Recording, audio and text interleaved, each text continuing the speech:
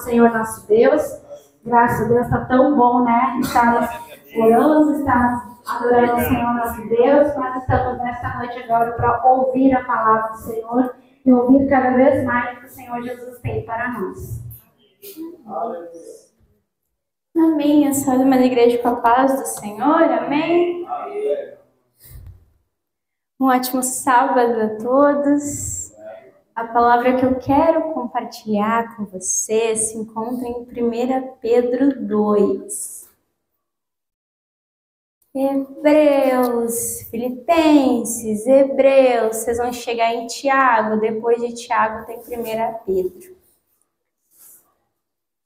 Escrito por ele mesmo, nosso Pedro, apóstolo de Jesus Cristo, aos eleitos de Deus, peregrinos dispersos no Ponto e na Galácia, na Capadócia, na província da Ásia e na Bitínia, escolhidos de acordo com o pré-conhecimento de Deus Pai pela obra santificadora do Espírito, para a obediência a Jesus Cristo e a aspersão do seu sangue. Esses são os primeiros versículos da carta, e aonde diz quem está escrevendo, para quem que está enviando, e aí cada apóstolo tem sua maneira diferente de falar. Eu quero ler o 2:11 com os amados irmãos. Na verdade, vou fazer que nem o pastor. Vou ler um pouquinho antes, eu vou ler a partir do 4, eu vou ler uns 7 versículos antes, a partir do 4. A partir de 1 Pedro 2:4, se todos estiverem me acompanhando, diz assim, amém. À medida que se aproximam dele, a pedra viva, rejeitada pelos homens, mas escolhida por Deus e preciosa para ele, vocês também estão sendo utilizados como pedras vivas na edificação de uma casa espiritual para serem sacerdócio santo, oferecendo sacrifícios espirituais aceitáveis a Deus por meio de Jesus Cristo. Pois assim é dito na Escritura, eis que ponho em Sião uma pedra angular, escolhida e preciosa, e aquele que nela confia jamais será envergonhado. Portanto, para vocês, os que creem, esta pedra é preciosa, mas para os que não creem, a pedra que os construtores rejeitaram tornou-se a pedra angular, e pedra de tropeço e rocha que faz cair. Os que não creem tropeçam porque desobedecem à mensagem para que também foram destinados. Vocês, porém, são geração eleita, sacerdócio real, nação santa, povo exclusivo de Deus para anunciar as grandezas daquele que os chamou das trevas para a sua maravilhosa luz. Antes você nem sequer era um povo, mas agora são um povo de Deus. Não haviam recebido misericórdia, mas agora a receberam. No 11. Amados, insisto em que, como estrangeiros e peregrinos no mundo, vocês se abstenham dos desejos carnais que guerreiam contra a alma. Vivam entre os pagãos de maneira exemplar, para que mesmo que eles os acusem de praticarem o mal, observem as boas obras que vocês praticam e glorifiquem a Deus no dia da sua intervenção. Por causa do Senhor, sujeitem-se a toda autoridade constituída entre os homens, seja o rei como autoridade suprema, seja os governantes como por eles enviado para punir os que praticam o mal e honrar os que praticam o bem. Pois é da vontade de Deus que, praticando bem, vocês silenciem a ignorância dos insensatos. Vivam como pessoas livres, mas não usem a liberdade como desculpa para fazer o mal. Vivam como servos de Deus. Tratem a todos com devido respeito, amem os irmãos, temam a Deus e honrem ao Rei. Eu peço aos irmãos que fechem os seus olhos, vamos entrar mais uma vez na presença de Deus. Meu Deus, meu amado Pai, nós te agradecemos pela oportunidade de nós estarmos mais uma vez na sua presença, escutando as palavras que Pedro escreveu para nós, por seu intermédio, e nós agradecemos por isso. Obrigada por ainda hoje falar conosco. Fortaleça a nossa fé, nos preencha de amor, nos fortaleça para mais uma semana na sua presença. e até o resto das nossas vidas esteja conosco, em nome do Senhor Jesus. Amém. Os irmãos, podem se assentar?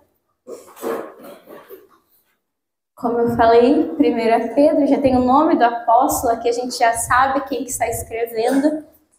E aquele Pedro, aquele mesmo que vocês estão pensando, ele escreveu essa carta.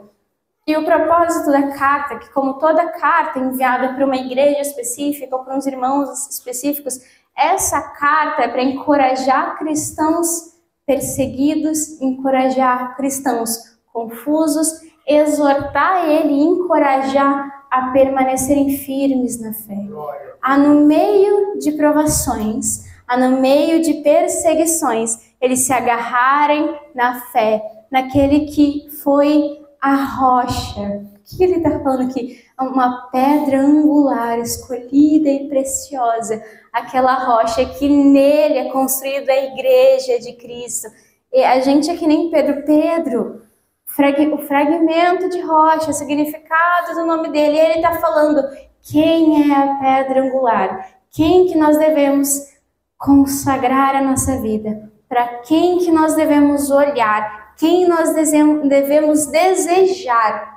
Aquela pedra preciosa, que aquele que confia jamais será envergonhado, aquela que ele especificou, ele chamou nosso Jesus de pedra viva, rejeitada pelos homens, mas escolhida por Deus. Escolhida por Deus há muito tempo atrás, gerada por meio de sua mãe, por meio do Espírito Santo, e uma profecia viva, o filho de Davi, da descendência de Davi. Pedro está falando isso. Pedro está falando para esses irmãos, com o coração entristecido, com o coração enlutado, com o coração que está difícil de se manter na fé, porque é tempos difíceis. E ele está falando aqui, permaneçam no Evangelho, permaneçam em Cristo. Ele está falando aqui, ó, vocês, irmãos, vocês sabem quem que é a rocha, quem que é a pedra, confiem nele. Ele enfatiza isso, quem confia jamais será envergonhado. E ele fala, olha, para vocês, é isso, ela é preciosa para todo que crê. Mas quem não crê, ele não só não tem a pedra, ele tropeça. Por causa que eles tropeçam, os que não creem tropeçam porque desobedecem a mensagem para que também foram destinados. Então a mensagem foi para todos. Nem todos acolheram. Uns tropeçaram na pedra e outros abraçaram ela, construíram suas casas, construíram a sua vida, dedicaram seu coração e a sua mente para seguir aquele que chamou, que somos nós. Ele está falando aqui. Ele ainda continua, ele poderia ter parado aqui. A gente tem Jesus como a nossa rocha, mas ele enfatiza no 9. Vamos com calma, a gente tem tempo. No 9 diz, vocês, porém, são geração eleita. Geração eleita. A igreja que foi constituída por Jesus Cristo na cruz, ele abriu um lugar para judeus, escravos, livres, gentios, se tornassem uma nova geração em Cristo Jesus, eleita e escolhida, o quê? Sacerdócio real. Por causa, tudo isso tem referência no meio da igreja. Sacerdócio real, Israel era o povo escolhido por Deus. Israel era o povo que os reis que temiam ao Senhor, eles tinham o conselho de sacerdotes, eles tinham a tribos. E Jesus está falando agora, vocês hoje são o sacerdócio. Todos nós somos sacerdotes e levitas da casa do Senhor. Todos nós temos a responsabilidade de honrar o nome dele aqui e lá fora. Todos nós somos feitos adoradores em Cristo Jesus. Aqueles adoradores que não adorarão em templos, em um lugar específico, onde Jerusalém, ou no outro templo, segundo Judá, segundo Israel, mas sim em espírito, em verdade. É isso que ele quer de nós.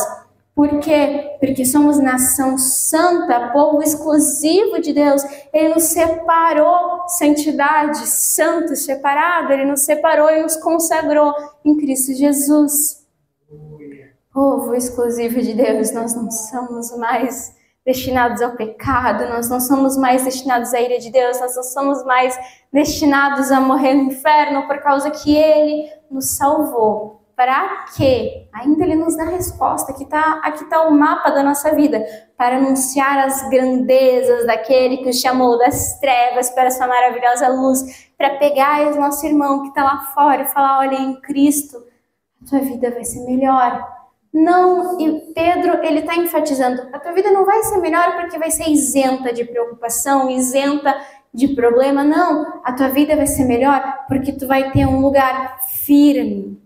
Uma fundação firme para que tu venha planejar o teu futuro, uma fundação firme para que tu venha colocar os desejos do teu coração, que um dia tá de um jeito, um dia tá de outro, o coração é enganoso, colocar os desejos do coração ali e confiar que segundo a vontade dele, ele vai fazer algo muito melhor e maior do que a gente planejou.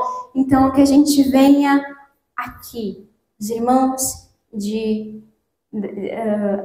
o destino da carta de Pedro, os irmãos com o coração contrito, ele está falando, olha, confie em Deus. No 10 ele fala, antes vocês sequer eram um povo, mas vocês nem eram um povo, vocês estavam soltos aí mundo fora, vocês nem se conheciam, mas todos vocês agora são um povo de Deus. Vocês não tinham recebido a misericórdia, vocês eram condenados, mas agora vocês a receberam. Então, com essa esperança, se agarrem e vivem a sua vida. E ele continua. Por que eu li o 11? Porque o 11 agora vai ensinar como o cristão deve viver. Agora a gente sabe que a nossa vida deve ser estruturada na rocha que é em Cristo. Quem confia não vai ser envergonhado. Isso não significa que tudo que a gente quiser vai acontecer. Não, isso não significa. Mas que se o nosso plano der errado é porque Deus tem preparado algo melhor lá na frente. Se o que a gente pensava, se o que a gente desejava não deu certo, por causa que não era da vontade de Deus. E a vontade de Deus para nós é o quê? Boa, perfeita e agradável. E aqui no 11 agora eu vou falar, olha, vocês sabem agora que a vida de vocês deve ser estruturada em Deus. Mas agora eu peço, não, eu não peço, eu insisto que vocês, como estrangeiros e peregrinos no mundo, se abstenham dos desejos carnais que guerreiam contra a alma, vivam entre os pagãos, de maneira exemplar, para que mesmo que eles acusem de praticar o mal, observem as boas obras que vocês praticam e glorifiquem a Deus no dia da sua intervenção, ou em outras Bíblias, no dia da sua visitação. Ou seja, o dia em que Deus voltar, até aquele dia, ou Deus, ou a gente ir primeiro, mas de um jeito ou de outro, Deus vai vir até nós, porque é Ele que sempre vem até nós. No silêncio da noite, no lugar mais obscuro, mais sombrio, que a gente se esconde da presença dele. Ele vem, ele é nosso amigo, conselheiro, e ele não desiste de nós, porque ele já nos escolheu. E ele está falando aqui, ele está, olha, irmãos, eu estou insistindo para vocês, que vocês não pertencem a essa terra. O modo de vocês viverem não é o mesmo que essa terra vive, não é o mesmo que os pagãos vivem. Vocês devem viver de maneira exemplar. Vocês devem viver de modo que eles praticam o mal, que quando eles venham acusar vocês, isso que Pedro está falando, se eles venham acusar de vocês de terem errado, de ter pecado, de ter mentido, de ter feito tramóia contra eles, que eles venham ver o testemunho de vocês, que eles venham ver a reputação que vocês têm. Não, mas aquele é cristão, aquele não faria isso. Então, alguma coisa está errada, alguém está mentindo e não é ele. Então, que eles venham observar como fala do sal da terra e da luz do mundo, que eles observem as suas boas obras e glorifiquem o Pai de vocês que está no céu. É a mesma intenção que Pedro escreve aqui, que eles venham observar as boas obras que vocês praticam e glorifiquem a Deus no dia que Ele voltar. no dia que ele voltar aqui para todos nós, ou o dia que Deus chegar a essa pessoa e salvar ela, e ele vai entender, ah, não, mas aquele irmão estava tentando fazer o bem e eu estava com o coração mal com ele. No 13, ele fala o porquê que eu vou fazer isso. Além de ter uma reputação boa, um nome bom, uma pessoa confiável, ele fala ainda uma recompensa muito maior. Ó, 4 palavrinhas. Por causa do Senhor. Por causa do Senhor. Por causa que isso a gente vai estar sendo obediente a Deus. Se a gente é obediente a Deus, a gente recebe a nossa recompensa. Nós sabemos que a nossa recompensa não é de carne, não é de prata, não é de ouro, mas é eterna em Cristo Jesus.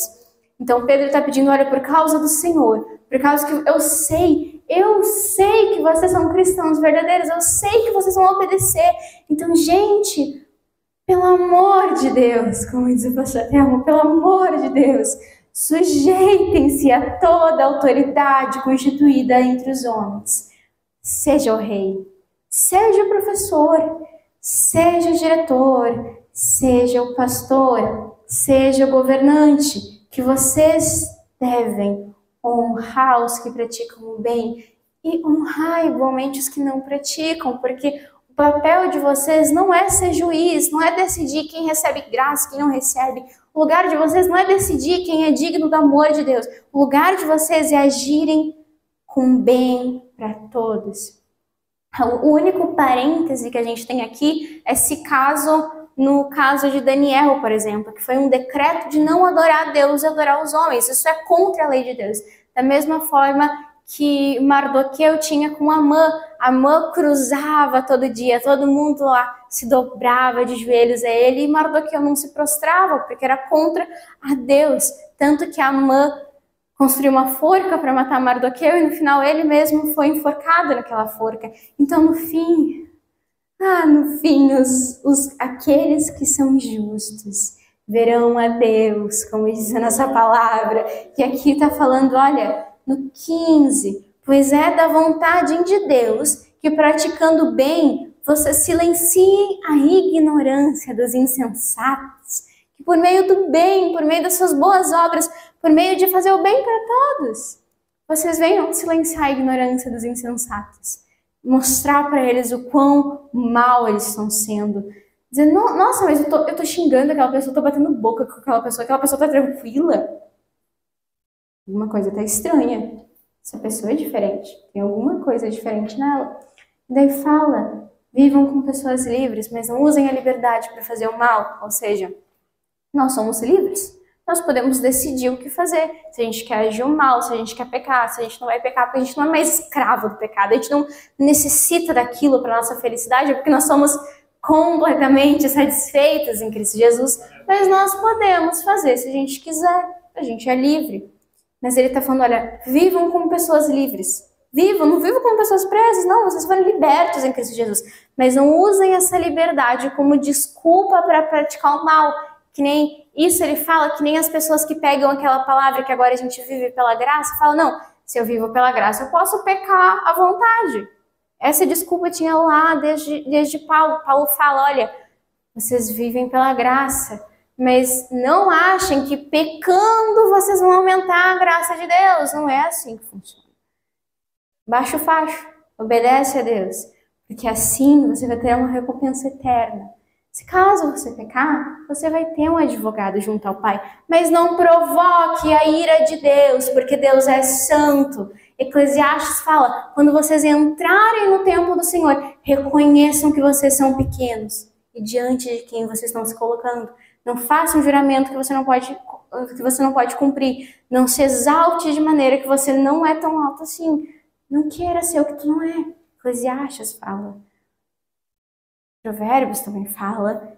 Pedro fala. A Bíblia é um todo, ela não se contradiz. Ela está falando, olha, até agora, o 17 vai fazer um resumo de tudo isso. Mas até agora, o que a gente viu?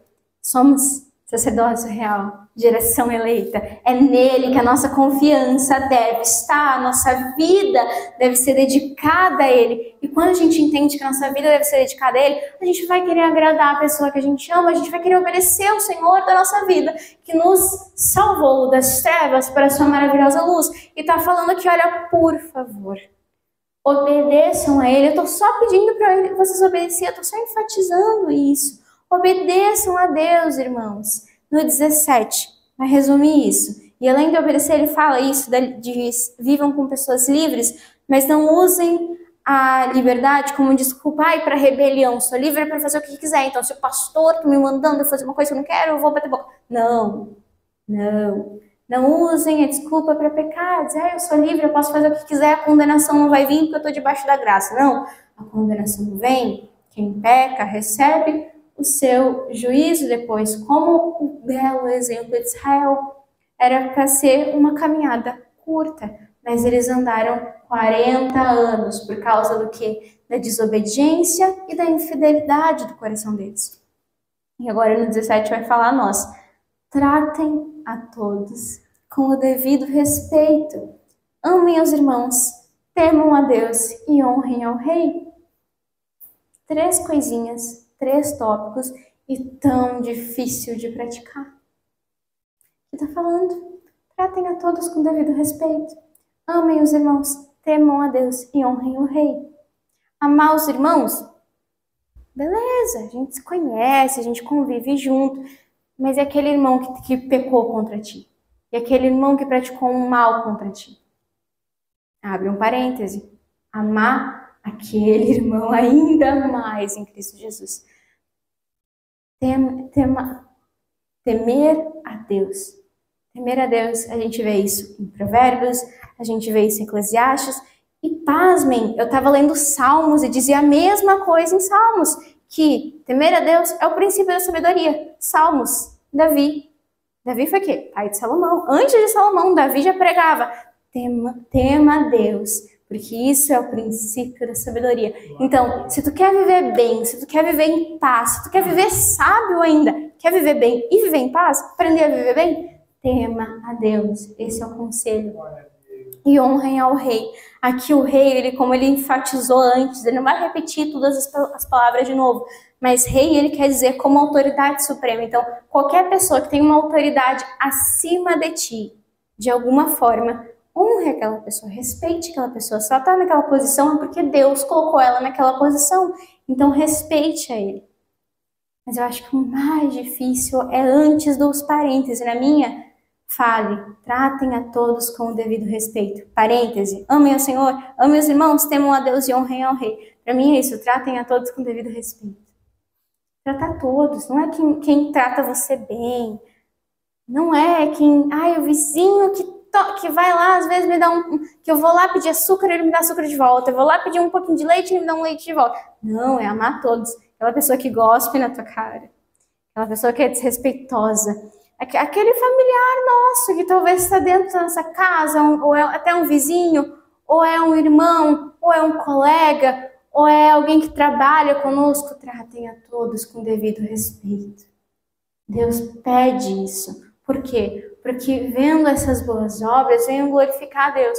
Por que o mandamento é amar a Deus sobre todas as coisas e amar o próximo como a si mesmo? E depois Jesus acrescenta isso. Acrescenta o que estava lá todo o tempo, mas eles não viam, porque eles eram muito fariseu, eles olhavam para o próprio umbigo. Fariseu gostava de fariseu, mas fariseu não gostava de gentil. Então Jesus vai falando, não é assim. Amem o que vos amam e amem os que vos odeiam também. Amar os teus inimigos também, não é só os irmãos, não é só os vizinhos, não é só os da mesma igreja, mas é amar os inimigos também.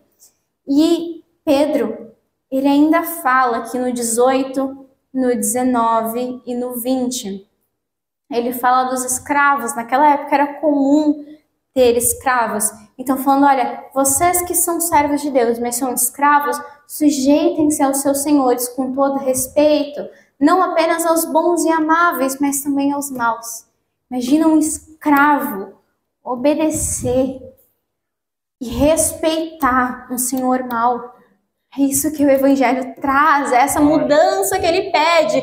Não é só quem ama vocês, mas quem odeia também. Ele está falando isso, imagina, naquela época, enviar uma carta assim para os escravos que eram açoitados. Aqui vai continuar falando, prestem atenção. 20, Pois que vantagem há em suportar açoites recebidos por terem cometido o mal?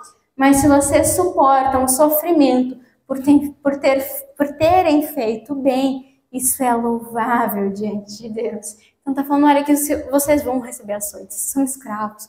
Mas caso vocês receberem açoites, que não seja por vocês terem cometido algum pecado, que não seja por vocês serem desrespeitosos, mas sim por se vocês sofrerem e o dono de vocês catar algum motivo, que venha ser por causa de ter cometido um bem para alguém. 21. Para isso vocês foram chamados, vírgula, pois também Cristo sofreu no lugar de vocês, deixando o exemplo para que sigam os seus passos. Tudo isso para que a gente venha seguir os passos de Jesus. Ali ele vai falar que ele não cometeu pecado algum e nenhum engano foi encontrado em sua boca. Quando insultado, não revidava, quando sofria, não fazia ameaças, mas entregava-se àquele que julga com justiça. Jesus, quem era santo, quem era puro, quem era sem pecado e tinha o poder de acabar com todas as pessoas com um piscar de seus olhos, ele se submeteu para nos dar a vida. Então acha que Jesus vai se orgulhar do orgulho do nosso coração para com o nosso irmão? Será que Jesus vai se agradar da maneira que a gente tem tratado o nosso irmão? Será que Jesus vai se agradar da maneira que a gente tem respondido os de fora que nos odeiam? Jesus poderia ter respondido. Jesus poderia, como fala aqui, ter revidado, ter feito ameaças, mas ele sofreu calado, como um cordeiro mudo foi levado ao matadouro. Ele se entregou àquele que julga com justiça. Ele confiava a vida dele naquele que é a pedra, que é aquele que confia, a pedra angular. Aquele que confia não será abalado, aquele que confia será salvo. E aqui, para terminar, está falando 24 e 25. Ele mesmo levou em seu corpo os nossos pecados sobre o madeiro, a fim de que morrêssemos para os pecados e vivêssemos para a justiça. Por suas feridas vocês foram curados, pois vocês eram como ovelhas desgarradas, mas agora se converteram ao pastor e bispo de suas almas. Está falando, ele mesmo, ele poderia ter mandado outra pessoa fazer, ele poderia ter ordenado outra pessoa fazer. De última hora ele poderia falar, não, eu não vou subir nessa cruz, e ter passado para outra pessoa. Como da mesma forma ele poderia nunca ter praticado milagres. Ou quando seus discípulos falaram que o circo estava se fechando contra ele, ele poderia ter parado. Quando os fariseus tentavam matar ele, ele poderia ter parado. Ele foi carne e osso como nós. Mas mesmo assim, ele continuou todos os anos sabendo do final dele. Imagina uma pessoa nascer, crescer, viver, já sabendo o seu final. E esse era o nosso Senhor Jesus. E a única coisa que mantinha a cabeça dele no lugar, por causa que ele sabia para que ele estava fazendo isso. E mesmo assim, ele ora naquela cruz. Senhor, perdoa porque eles não sabem o que fazem. Esse é o coração de Jesus. Quando fala, sedes humildes como o seu Deus. Ama como Deus ama. É dessa maneira. Não é da maneira de quando ele virou as mesas no templo, por causa que ele chegou no templo e estavam fazendo vendas dentro do templo do Senhor, comerciando os sacrifícios, e fala que ele chega, ele pega, ele vira as mesas e fala, a casa do meu pai será chamada casa de oração, mas vocês se transformaram em covil de ladrões. Naquele momento ele se ira e demonstra a ira, e não é com esse pensamento que fala ser desumildes. Ele fala, não, ser desumildes, porque ele teve a oportunidade. Ele nunca foi forçado, ninguém agarrou ele do pescoço, e mesmo se agarrasse, ele teria o poder de soltar. Então está falando aqui, mantenha humilde por causa do Senhor, por causa que vocês devem obedecer a Ele. Por que a gente deve obedecer? porque vocês receberam misericórdia quando vocês não tinham misericórdia. Vocês foram agora unidos pela cruz de Cristo, pela ressurreição de Cristo, e juntos são um povo. Mas antes sequer você era um povo, e sequer, falando também para todos que vão ler essa carta, como nós, vocês sequer eram constituídos membros da família de Cristo, porque gentil não era membro da família de Cristo, mas agora está falando Deus nosso Pai. Como diz Paulo, como Paulo fala a Filemon, ele fala ao nosso Pai que está nos céus. Filemon era um escravo e Paulo já tinha mandado cartas. Filemon tinha errado. Escravos erram. Pessoas erram. Apóstolo Pedro errou. Mas o mais importante, ele fala, lembre-se daquele que o salvou, lembre-se da pedra angular, que ela é perfeita, lembre-se da pedra angular que foi escolhida e separada, para nela e não em ninguém mais, não em Maria, não em José, não em outras pessoas, e nem nada nessa terra, mas sim algo que é exterior a essa terra.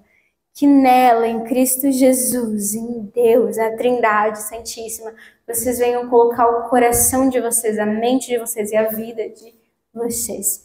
Eu agradeço a oportunidade e passo ao pastor Ademir nessa noite. Era essa palavra que eu queria deixar para os amados irmãos.